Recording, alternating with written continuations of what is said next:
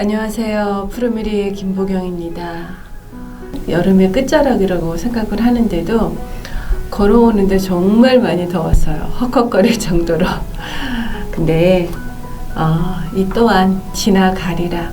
아마 다음 달이면 우리가 긴팔을 덜어 입고 있지 않을까라는 생각을 하면서 여름의 끝자락인 여름을 잘 보내고 싶은 마음이 듭니다.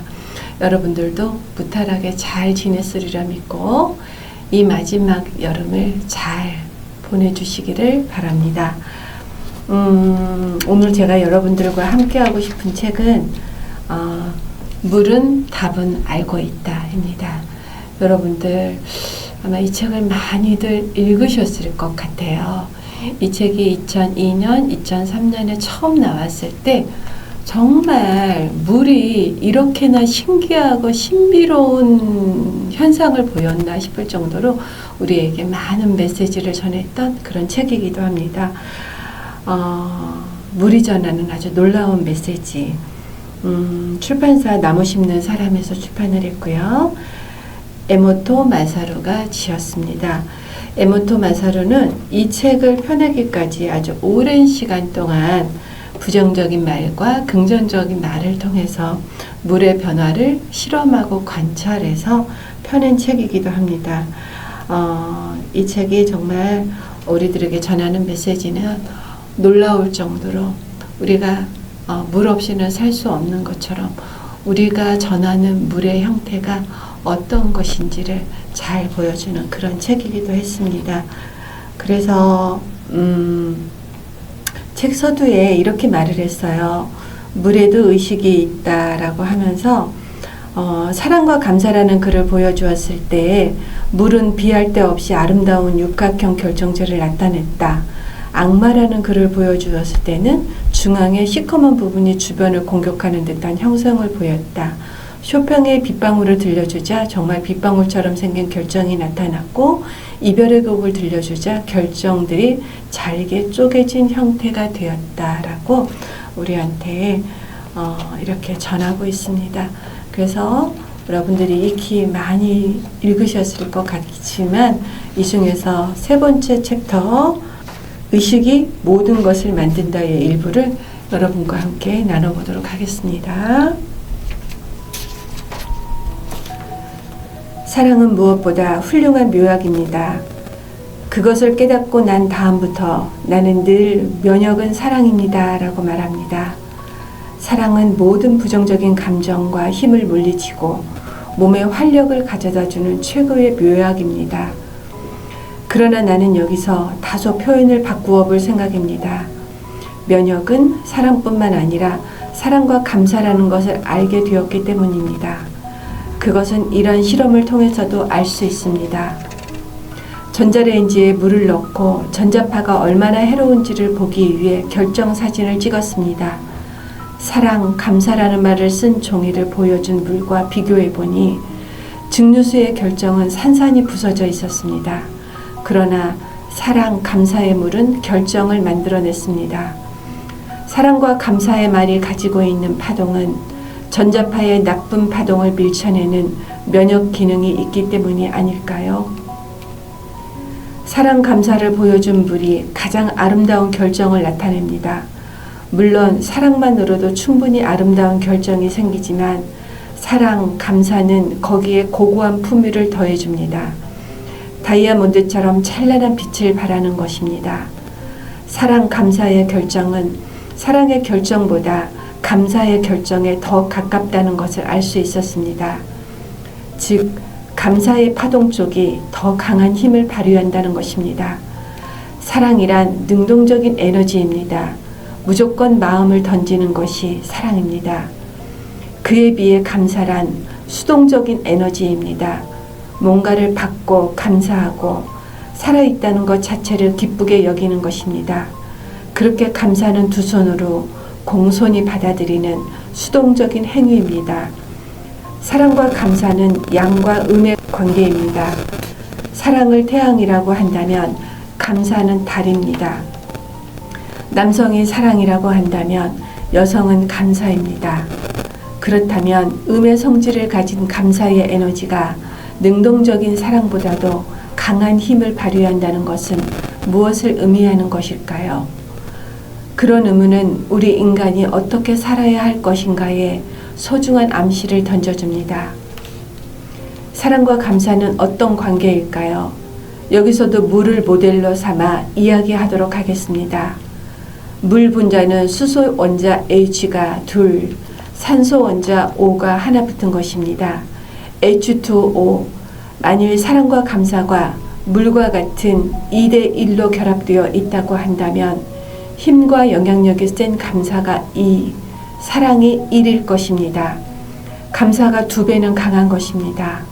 감사 2, 사랑 1의 비율로 살아가는 것이 인간의 본래적인 삶이 아닐까 합니다. 어떤 세미나에서 이런 이야기를 했더니 모임이 끝난 후 젊은 여자 2분이 다가와서 이런 말을 하는 것입니다. 정말 감동적인 이야기였습니다. 그것은 사랑 얼굴을 보면 말을 하는 입은 하나이지만 듣는 귀는 2개인 것과 마찬가지라고 생각합니다. 과연 그렇습니다. 정말 맞는 말입니다. 하고 나는 대답했습니다. 정말 멋진 가르침을 받았습니다. 자연계를 관찰해 보아도 수동적인 에너지 쪽이 강하게 작용한다는 것을 알 수 있습니다. 바다에 있는 물고기는 알을 많이 낳지만 전부 부화하는 것은 아닙니다. 실제로 치어가 되는 확률은 몇십 %에 지나지 않고 그 외의 알은 나를 먹어달라고 다른 물고기의 눈에 자신을 드러내고 있습니다. 지금까지 우리 인간은 과연 감사 2, 사랑 1의 비율로 살아왔을까요? 인간의 역사에서는 찾아보기 힘들지 않을까 합니다. 물론 옛날부터 사랑이 얼마나 소중한 것인지 강조되어 왔습니다. 사랑이 자아내는 힘에 대해서는 잘 알고 있습니다. 그러나 너무 사랑의 에너지에만 빛을 비추었기 때문에 능동적인 것만을 추구하는 문명이 생겼습니다. 우리 인류는 지금까지 눈에 보이지 않는 마음보다도 알기 쉬운 물질 쪽에 눈을 빼앗겨 왔습니다. 물질적인 풍요를 손에 넣기 위해 사람들은 숲을 베고 사막과 싸우면서 문명을 이루어 왔습니다. 그것 또한 사랑에서 비롯된 행위입니다. 사랑하는 사람을 위해, 사랑하는 나라를 위해. 그러나 그런 삶을 살아가는 이상 투쟁은 끊임이 없습니다. 20세기까지 인류가 걸어온 역사는 투쟁의 연속이었습니다. 그러나 이제 그런 삶만으로는 미래가 보이지 않는다는 것을 알게 되었습니다. 우리는 풍요를 손에 넣기 위해 실로 많은 것을 희생시켰습니다. 숲은 파괴되었습니다. 깨끗한 물을 잃어버렸습니다. 땅덩이마저 잘라서 팔고 있습니다. 이제부터는 감사의 마음을 가져야 하겠습니다. 무엇보다 우리는 주어진 환경에 감사해야 합니다. 풍요로운 자연이 있는 지구에 태어난 것을 감사하고 우리를 길러준 물에 감사해야 합니다. 가슴 가득 맛있는 공기를 들이킬 수 있다는 것이 얼마나 대단한 일입니까? 눈을 떠보면 세계는 감사해야 할 대상으로 가득합니다. 당신이 감사 그 자체가 되었을 때 당신의 몸을 가득 채운 물은 한없이 깨끗해질 것입니다. 그때 당신은 빛나는 결정 그 자체가 되는 것입니다. 네, 저도 이 책을 다시 읽으면서 물에 대해서 다시 생각해 보게 되었고요. 제 몸에 흐르는 물과 피와 어떤 그런 것들을 한번 곰곰이 생각해 보았습니다. 우리가 너무나 어떤 익숙해져 있는 감사와 사랑이라는 두 단어를 이 물과 접목시켜서 생각해 보니까 정말 그동안에 이렇게 생각지 못한 부분을 다시 한번 깨닫게 되는 어떤 그런 기회가 되었습니다. 우리 여러분들도 제가 읽어드린 부분은 너무나 짧은 부분이기 때문에 기회가 되신다면 꼭 시간을 내서 물은 답을 알고 있다라는 책을 한번 읽어보셨으면 좋겠습니다. 다음은 빨간 우체통 시간입니다.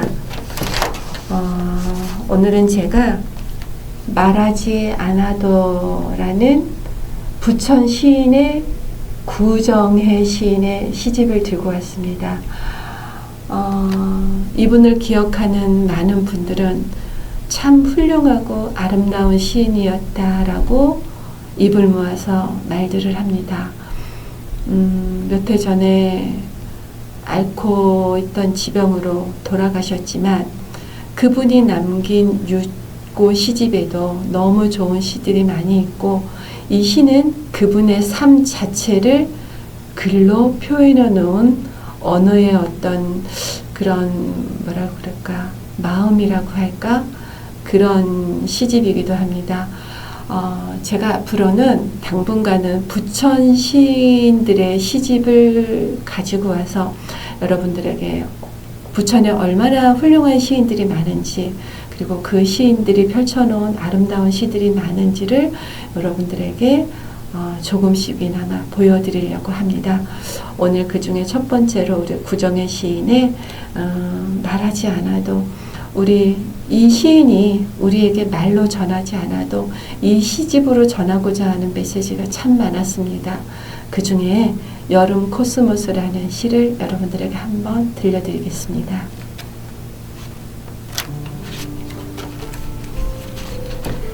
여름 코스모스 구정해.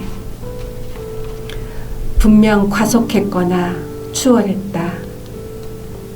남보다 앞서야 한다는 그러면 얻는 게 많을 줄 알고 순간순간 놓치는 것은 하찮게 여겼다. 거기가 어딘지도 모르고 아무것도 잡히지 않는 허망뿐인 코스모스 두 손으로 허공을 잡으려 애쓴다. 느리게 단순하게 그렇게 살아야 삶이 알차다는 것을 되돌릴 수 없는 지나온 궤적이 고요히 지나간다. 모든 것은 때가 있는 법, 순리대로 살아야 한다. 뒤에 가도 네 몫은 따로 있다던 강정규 선생 말씀이 떠오른다. 내 시 제목은 여름 코스모스이지만 내 이야기이기도 하고 시인이 전하고자 하는 시인의 이야기이기도 한 것 같고요. 그 다음에 우리 아주 유명한 강정규 동화작가의 말이기도 한 뒤에 가도 네 몫은 따로 있다. 늦게 가도 네 몫은 분명히 있노라라고 전하던 이 맥세리가 오늘 참 많은 의미를 전달하는 것 같고요. 헉헉거리기만 했던 이 여름을 이 두 책을 전하면서 저도 조금은 가다듬게 되고 숙연해지기도 하고 무언가가 정리를 하는 듯한 그런 느낌이 들어서 참 좋았습니다. 여러분도 오늘 저와 함께한 이 시간 동안만은 저처럼 이렇게 조금 편안하고 여유가 있었으면 좋겠습니다. 9월에 뭐라 그럴까 9월다운 모습으로 조금은 가을 냄새가 나는 그런 책들을 가지고 다시 오도록 하겠습니다. 감사합니다.